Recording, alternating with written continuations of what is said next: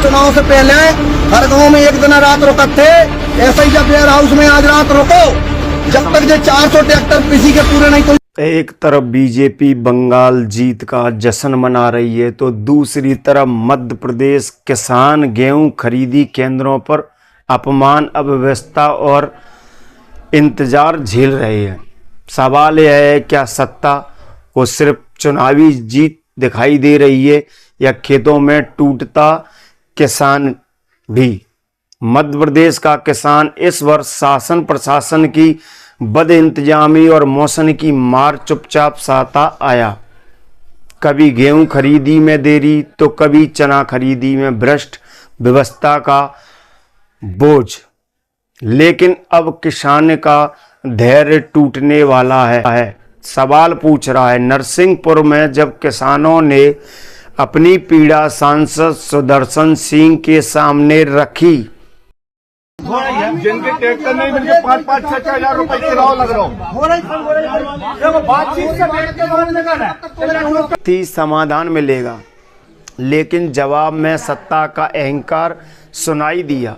सांसद जी, जनता ने आपको सिर्फ चुनाव जिताने के लिए नहीं चुना, बल्कि अपनी समस्याओं का समाधान करने के लिए चुना है।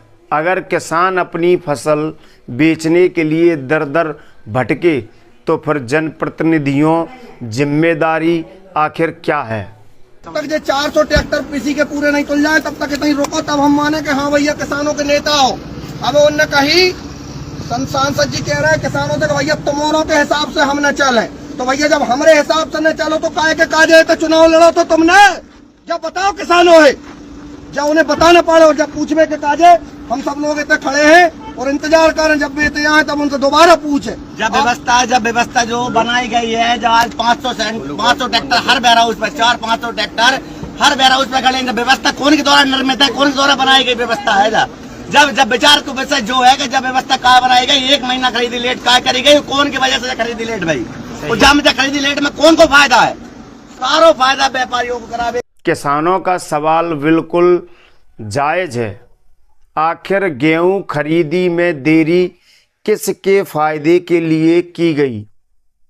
और जब खरीदी शुरू भी हुई तो पोर्टल और सर्वर ने किसानों को फिर लाइन में खड़ा कर दिया। जो किसान किराए का ट्रैक्टर लेकर खरीदी केंद्र पहुंचे, वे रोज 1500 रुपए का बोझ उठा रहे हैं। सोचिए, अगर ट्रैक्टर 6-7 दिन तक केंद्र पर खड़ा रहे तो किसान घर क्या लेकर जाएगा? बेबसी, लाचारी और भूख।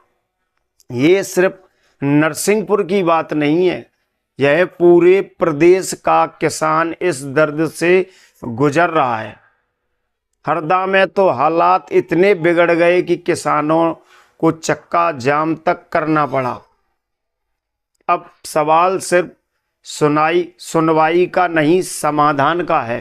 क्या सरकार के पास किसानों की इस पीड़ा का कोई जवाब नहीं? क्योंकि जब अन्नदाता सड़क पर उतर आए तो समझ लीजिए व्यवस्था खेतों से बहुत दूर जा चुकी है।